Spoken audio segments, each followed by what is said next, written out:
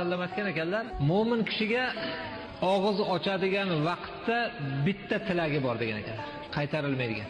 Har kuni iftor vaqtida shu gapni eslang. Har kuni iftor vaqtida siz og'iz ochadigan paytingizda sizni bitta ijobat bo'ladigan duoingiz bor. Albatta yo ayolingizda yoki farzandingizda yoki ota-onangizda yoki qo'shningiz yoki do'stingizda albatta o'sha duo bilan duo qilib qo'ying. Ijobat bo'ladi shu duo. Hazrat Musa alayhissalatu vassalom Alloh subhanahu va taolo bilan gaplashganlar, bilasizlar.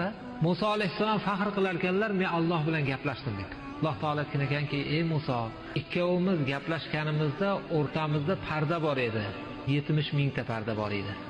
Muhammad sallallohu alayhi vasallam Muhammadning ummatlari iftor qilayotgan vaqtlarda hamma pardani men ko'tarib qo'yaman degan. Iftor vaqtida Alloh bilan bandaning o'rtasida parda bo'lmaydi. U nimani tilasa tilayversin. O'sha duolar ijobat